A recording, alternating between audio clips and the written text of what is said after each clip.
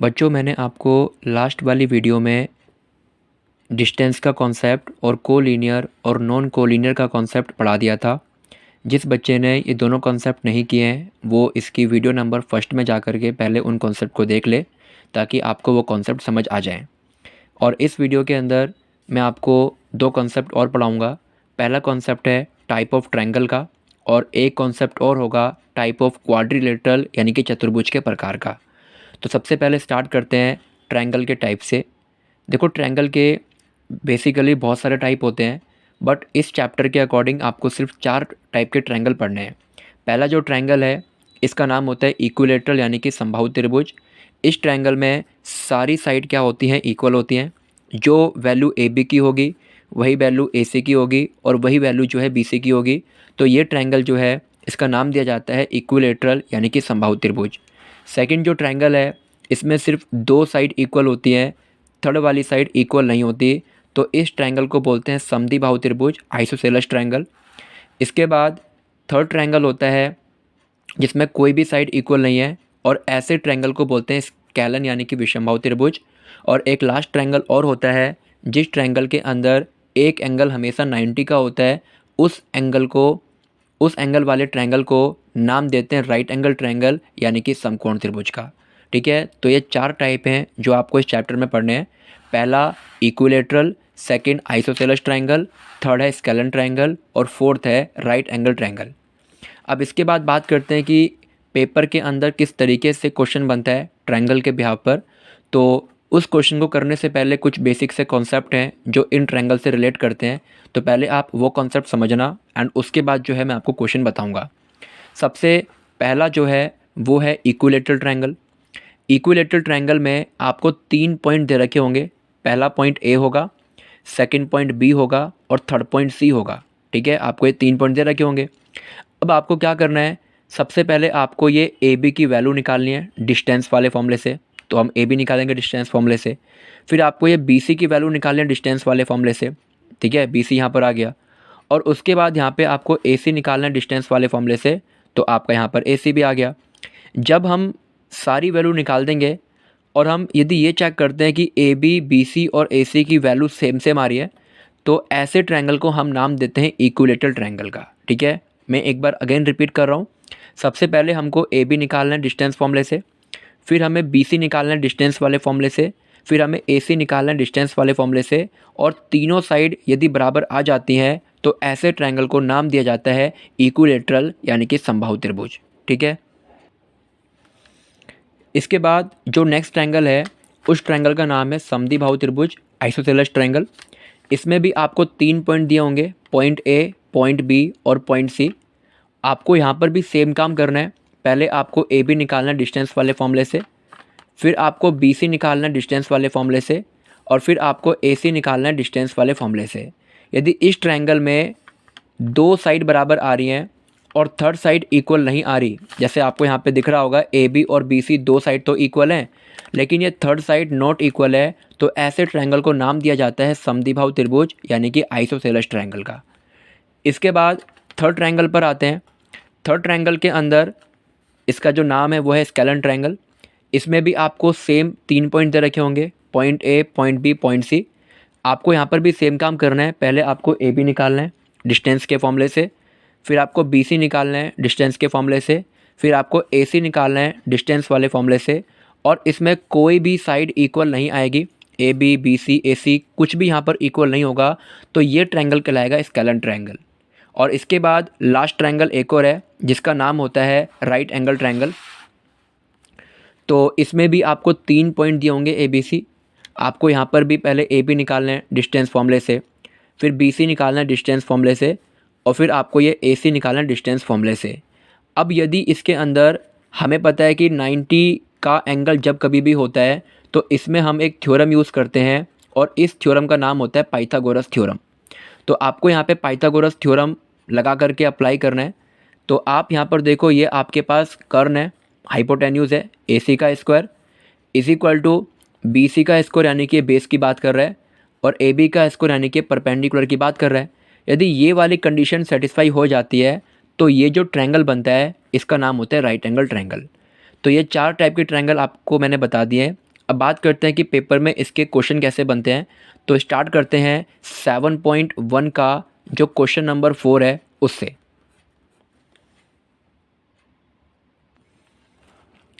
7.1 के question number 4 में आपको दिख रहा है कि आपको यहाँ पर 3 पॉइंट दे रखे हैं। पहला पॉइंट 5 कॉमा -2, सेकेंड पॉइंट 6,4 और थर्ड पॉइंट 7 कॉमा -2। हमें चेक करना है कि ये तीनों पॉइंट क्या आइसोसेलेस यानी कि समद्विबाहु त्रिभुज के वर्टेक्स हैं या नहीं है। तो मैंने आपसे कहा था पहले आप यहाँ पे एक रफ में फिगर बनाइए, ABC नाम देना उसको। ए का पॉइंट हमें पता है, ये रहा ए का पॉइंट, बी का पॉइंट 6 और 4 है और सी का पॉइंट 7 कॉमा -2 है। फिर मैंने आपसे कहा था कि कोई भी ट्रायंगल होगा उसमें सबसे पहले हम तीनों साइड निकालते हैं। तो सबसे पहले हम AB निकालेंगे और जब हम AB को निकालेंगे तो सिर्फ हमें A और B को देखना है, इस C को ऑब्ज़र्व नहीं करना। ठीक है, तो AB के लिए हमने डिस्टेंस फॉर्मूला यूज़ किया। डिस्टेंस फॉर्मूला क्या कहता है कि आप यहाँ पे x2 में से आप x1 को माइनस करते हो, तो x2 6 है, x1 5 है, तो आप यहाँ पे 6 में से 5 को माइनस करना और ऊपर स्क्वायर आ गया। फिर प्लस करना है, फिर आप y2 में से y1 को माइनस करते हो। y2 की वैल्यू 4 हमको दे रखी है और y1 की वैल्यू -2 दे रखी है, तो y2 के प्लेस पर 4 आ गया। ये नेगेटिव सेम का सेम रहता है और यहाँ पर आपका आ गया -2 का होल स्क्वायर। 6 में से 5 गया 1 का होल स्क्वायर। आपको पता है कि यहाँ पर ये माइनस और माइनस प्लस बन जाता है, तो माइनस माइनस प्लस हो गया, तो यहाँ पर प्लस का सिंबल आ गया। फिर 1 का जो स्क्वायर है वो 1 होता है, 4 + 2 6 हो गया, तो 6 का स्क्वायर होता है 36। और 36 में जब आप 1 को ऐड करोगे तो यहाँ पर आपकी वैल्यू आएगी रूट की 37 यूनिट, यानी कि ये जो है वो AB की वैल्यू आ गई। फिर आपको BC निकालना है और BC को निकालते टाइम पर आप A को ऑब्ज़र्व नहीं करोगे, आप सिर्फ B और C को ही ऑब्ज़र्व करोगे। तो B और C में हम देखें तो ये हमारा 7 है और ये जो है वो 6 है, तो आप यहाँ पे करोगे 7 - 6 का होल स्क्वायर, यानी कि x2 - x1 का होल स्क्वायर। फिर ये आपके पास -2 है और ये आपके पास 4 है, तो आप यहाँ पे लिखोगे -2, ये वाला माइनस सेम रहता है फॉर्मूले के अकॉर्डिंग और आपका y1 का मान 4 हो गया। 7 में से 6 गया 1 और माइनस हमेशा प्लस होता है, तो आप यहाँ पे 4 और 2 को ऐड करना 6 आ गया। सिंबल हमेशा बड़ी वैल्यू के आगे वाला आता है, तो 4 यहाँ पे बड़ी है तो 4 के आगे नेगेटिव आ गया। 1 का स्क्वायर 1 होता है, 6 का जो स्क्वायर है वो 36 होता है और 36 और 1 का जो सम होता है वो रूट का 37 यूनिट, ये हमारी सेकंड साइड आ गई। और इसी तरीके से हमको यहाँ पर थर्ड साइड भी निकालनी है जिसका नाम है क्या, AC। तो A और C में आपको B को ऑब्ज़र्व नहीं करना, आप सिर्फ A को और C को ऑब्ज़र्व करना। तो हम देखें तो इसमें ये वैल्यू 7 है और इसमें ये वैल्यू 5 है, तो आप यहाँ पे क्या करोगे 7 - 5 का होल स्क्वायर करोगे। उसके बाद ये -2 है और ये भी -2 है, तो -2 में से आपको माइनस करना है -2 को। फिर आपको पता है 7 में से 5 गया तो 2 आएगा और माइनस हमेशा प्लस होता है, तो मैंने यहाँ पे प्लस लिख दिया। 2 का जो स्क्वायर है वो 4 हो गया, लेकिन यहाँ पर माइनस का 2 है, यहाँ प्लस का 2 है, माइनस प्लस हमेशा कैंसिल होता है, तो यहाँ पे 0 आ गया। और हमको पता है कि जो 4 की वैल्यू होती है हमेशा 2 होती है, तो थर्ड साइड यहाँ पर 2 आ गई। यदि हम यहाँ पर ऑब्ज़र्व करें तो AB जो है √37 यूनिट और BC जो है √37 यूनिट, ये दो साइड्स तो इक्वल हैं, लेकिन थर्ड जो साइड है 2 यूनिट वो इक्वल नहीं है। तो मैंने बताया था आपको जब भी कभी दो साइड्स इक्वल हों और थर्ड साइड इक्वल ना हो तो ऐसे ट्रायंगल को नाम देते हैं आइसोसेलेस ट्रायंगल, यानी कि समद्विबाहु त्रिभुज का। तो इसका मतलब ये है कि ये तीनों के तीनों जो पॉइंट हमको दे रखे हैं, ये तीनों पॉइंट एक समद्विबाहु त्रिभुज के वर्टेक्स हैं। ठीक है, और आपको पेपर में क्वेश्चन कैसे देगा, आपको पेपर के अंदर ये 3 पॉइंट दे रखे होंगे और MCQ में नाम लिखा होगा कि इक्विलेटरल ट्रायंगल है या स्केलेन ट्रायंगल है या राइट एंगल ट्रायंगल है। तो आपको सेम तरीके से कंडीशन आइडेंटिफाई करनी है और उसके अकॉर्डिंग आपको MCQ पे टिक लगाना है। ठीक है, इसके बाद आते हैं नेक्स्ट टॉपिक पे और इस टॉपिक का नाम है टाइप ऑफ क्वाड्रिलेटरल, यानी कि चतुर्भुज के प्रकार। तो क्वाड्रिलेटरल के 4 प्रकार होते हैं जो आपको इस चैप्टर में पढ़ने हैं। सबसे पहला होता है स्क्वायर, यानी कि वर्ग। वर्ग में सारी साइड्स इक्वल होती हैं। सेकंड जो फिगर है इसका नाम है रेक्टेंगल, हिंदी में कहते हैं इसको आयत, और इसमें only and only opposite sides equal होती हैं, मतलब जो साइड आमने सामने की होती हैं वही साइड्स बराबर होती हैं। इसके बाद थर्ड नंबर पे आता है समांतर चतुर्भुज यानी कि पैरेललोग्राम। इसका फीचर क्या होता है, इसमें only and only opposite sides equal होती हैं, ठीक है। और ये जो फिगर है ये फिगर रेक्टेंगल की तरह होती है, बट डिफरेंस इतना है कि रेक्टेंगल में हर एक एंगल 90 का होता है, लेकिन इस वाली फिगर के अंदर सारे एंगल जो हैं 90 के नहीं होते। इसके बाद लास्ट वाली फिगर जो है उसका नाम है रोम्बस यानी कि समचतुर्भुज, और इसमें सारी की सारी जो साइड्स होती हैं बराबर होती हैं इस वाली फिगर में। और जो ये स्क्वायर है इसमें डिफरेंस क्या है, स्क्वायर में हर एक एंगल 90 का होता है, लेकिन जो रोम्बस है उसमें सारे के सारे एंगल जो है 90 के नहीं होते।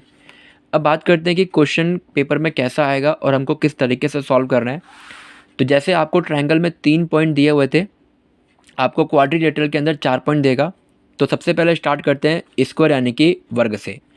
तो आपको सबसे पहले एक रफ फिगर बनानी है, इसका नाम देना है आपको ABCD, या क्वेश्चन में PQRS लिखा होगा तो आपको PQRS लिखना है। अब आप क्या करोगे, जैसे आपने ट्रायंगल में 3 साइड्स फाइंड आउट की थी AB BC AC, ऐसे ही आपको यहाँ पे 4 साइड फाइंड आउट करनी है।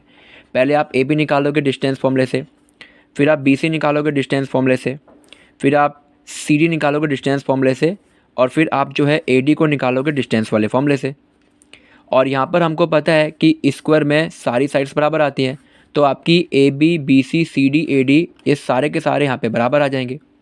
इसके बाद आपको यहाँ पे एक काम और करना है, आपको इसके डायगोनल भी निकालना है, मतलब आपको AC की वैल्यू भी निकालनी है विच इज़ विकर्ण यानी कि डायगोनल। आपको BD भी निकालना है, BD भी क्या है, विकर्ण यानी कि डायगोनल है। और स्क्वायर में क्या होता है कि जो इसके डायगोनल होते हैं वो भी इक्वल होते हैं। तो यदि इसकी सारी साइड इक्वल हैं और इसके डायगोनल भी इक्वल हैं तो ये जो फिगर है ये फिगर कहलाएगी स्क्वायर यानी कि वर्ग। अब सेकंड फिगर पे आते हैं।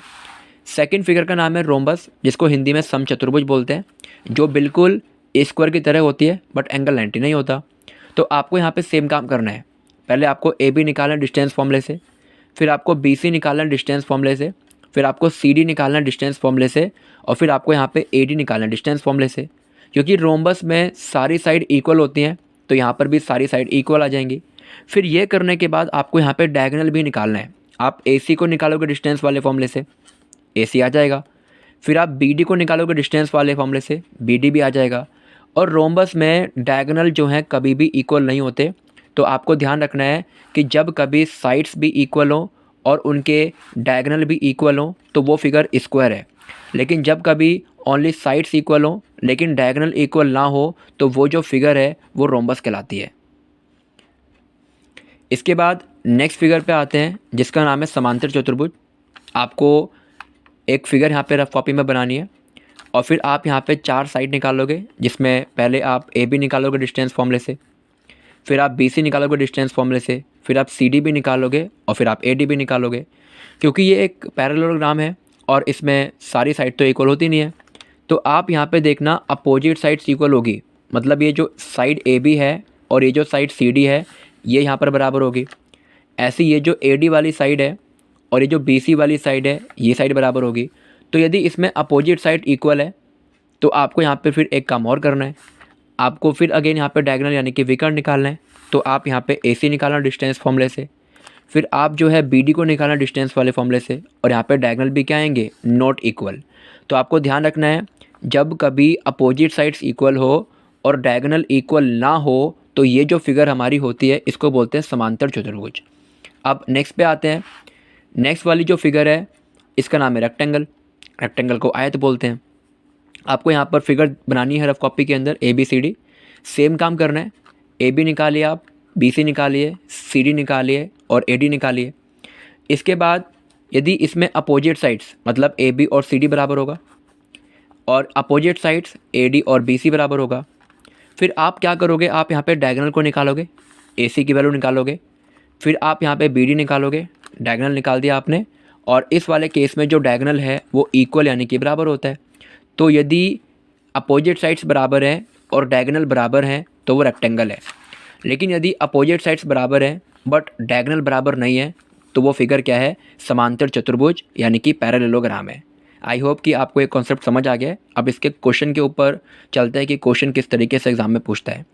तो आप क्वेश्चन को रीड कीजिए। 7.1 का जो क्वेश्चन नंबर है 6, उसको आप ध्यान से रीड करना। देखो बच्चों, 7.1 का जो क्वेश्चन नंबर 6 है उसमें हमें 4 पॉइंट दे रखे हैं और हमें बताना है कि वो कौन से क्वाड्रिलेटरल को फॉर्म कर रहा है और कौन सा फॉर्म नहीं कर रहा। तो मैं आपको एक क्वेश्चन करा रहा हूँ, पहला वाला। बाकी जो सेकंड, थर्ड और फोर्थ क्वेश्चन है वो सेम क्वेश्चन है, आप उसको एक बार खुद ट्राई करना। तो स्टार्ट करते हैं पहले क्वेश्चन से। आपको यहाँ पे 4 पॉइंट पता है, -1, -2, 1, 0, -1, 2, -3, 0। पहले आप क्या करोगे, पहले आप एक फ़िगर बनाओगे नॉर्मल सी। तो मैंने यहाँ पर ABCD फिगर बना दी और यहाँ पे मैंने चारों पॉइंट लिखे हैं। मैंने आपसे कहा था कि जब भी कभी हमें कोई क्वाड्रिलेटरल चेक करना हो तो सबसे पहले हम यहाँ पे 4 साइड्स फाइंड आउट करते हैं। तो पहले हम AB निकालेंगे डिस्टेंस फॉर्मूले से, BC निकालेंगे, CD निकालेंगे और AD को भी निकालेंगे। तो पहले हम यहाँ पर AB निकालते हैं। तो AB को निकालने के लिए हमें C और D को नहीं देखना, हमें सिर्फ और सिर्फ B और A को देखना है। तो मैंने आपसे कहा था कि ये हमारा x की वैल्यू है, x2 की, और ये x1 की वैल्यू है। तो आप क्या करोगे, आप सेकंड वाली वैल्यू में से पहले वाली वैल्यू को माइनस कर दोगे। तो मैंने यहाँ पर वही क्या है, सेकंड वैल्यू 1 थी, ये जो नेगेटिव है वो सेम का सेम रहता है, और पहले वाली वैल्यू नेगेटिव की 1 थी। ऐसे ही आपको यहाँ पर इस 0 में से -2 को माइनस करना है। तो 0 सेम है, ये नेगेटिव भी सेम है, और -2 मैंने यहाँ पे सेम लिख दिया। फिर ये माइनस और माइनस हमेशा प्लस बनता है, माइनस और माइनस प्लस बनता है। 1 और 1 को आप ऐड करोगे 2 आएगा, 0 + 2 भी 2 होता है। ऐड किया 4 + 4 यानी कि रूट का 8 यूनिट, ये पहली साइड आ गई। इसी तरीके से आपको BC निकालना है, और जब आप BC को निकालोगे तो आप A और D को ऑब्जर्व नहीं करोगे। BC में सेकंड वैल्यू नेगेटिव की 1 है, पहले वाली वैल्यू 1 है। तो हम क्या करेंगे, -1 में से माइनस करेंगे पहली वैल्यू को। ऐसे ये 2 है, इसमें से आपको पहले को माइनस करना है। तो हमने यहाँ पे 2 में से 0 माइनस किया। माइनस माइनस हमेशा प्लस होता है, तो 1 और 1 को ऐड करने पर -2 आ गया। 2 में से 0 गया, 2 हो गया। -2 का जो स्क्वायर है प्लस का 4 होता है, और 2 का स्क्वायर भी 4 होता है। 4 और 4 को जब आप ऐड करोगे तो अगेन आपका √8 यूनिट आ गया। अब आपको क्या करना है, आपको अब यहाँ पे CD निकालना है, और CD को निकालने के लिए आप C और D को ऑब्जर्व करोगे, आप A B को ऑब्जर्व नहीं करोगे। तो CD में सेकंड वैल्यू नेगेटिव की 3 है, पहले वाली वैल्यू नेगेटिव की 1 है। तो आप क्या करोगे, आप यहाँ पे -1 में से माइनस कर दोगे -3 को। ऐसी ये वैल्यू 2 है और ये वैल्यू 0 है, तो आप यहाँ पे 2 में से 0 माइनस कर देना। माइनस और माइनस हमेशा प्लस होता है, तो यहाँ पर प्लस आ गया, और 2 में से 0 गया, 2 आ गया। इसके बाद ये नेगेटिव है और ये पॉजिटिव है। आपको पता है कि माइनस प्लस हमेशा माइनस होता है। तो 3 में से 1 गया 2, तो 2 का स्क्वायर 4 हो गया, 2 का स्क्वायर 4 हो गया, यहाँ पर भी √8 यूनिट आ गया। फिर इसी तरीके से आपको लास्ट में AD निकालना है, और AD को निकालने के लिए आप सिर्फ और सिर्फ A और D को ऑब्जर्व करोगे, B और C को नहीं देखोगे। तो चेक कीजिए, ये आपके पास -3 है, ये आपके पास -1 है। तो आप क्या करोगे, -3 में से माइनस करोगे -1 को, ऊपर स्क्वायर आ गया। उसके बाद ये 0 है और ये -2 है, तो आप क्या करोगे, 0 में से माइनस करोगे -2 को। फिर ये माइनस और माइनस प्लस होता है, तो यहाँ पर हमने प्लस लिख दिया। माइनस माइनस भी प्लस होता है, प्लस लिख दिया। और आपको पता है कि 3 के आगे नेगेटिव है, 1 के आगे पॉजिटिव है, तो माइनस और प्लस माइनस होता है। 3 में से 1 गया, 2 आ गया। सिंबल बड़ी संख्या के आगे वाला, यानी कि 3 के आगे वाला आएगा। स्क्वायर यहाँ पे सेम का सेम है।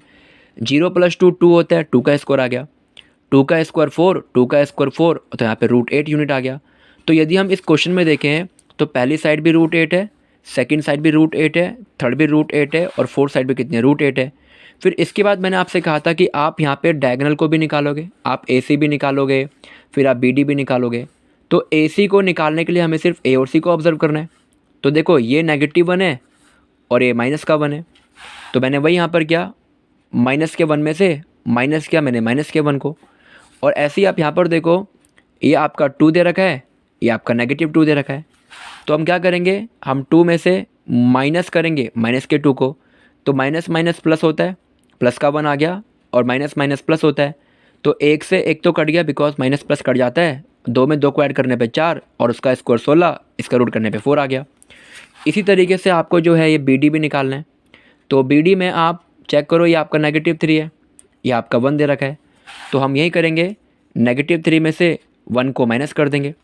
और ऐसे ही आप यहाँ पर देखो तो आपका ये 0 दे रखा है और यहाँ पर भी 0 दे रखा है, तो 0 में से 0 गया, तो माइनस माइनस प्लस 3 और 1 4 का स्क्वायर, 0 में से 0 गया 0, 4 का स्क्वायर 16 होता है जिसका रूट 4 होता है।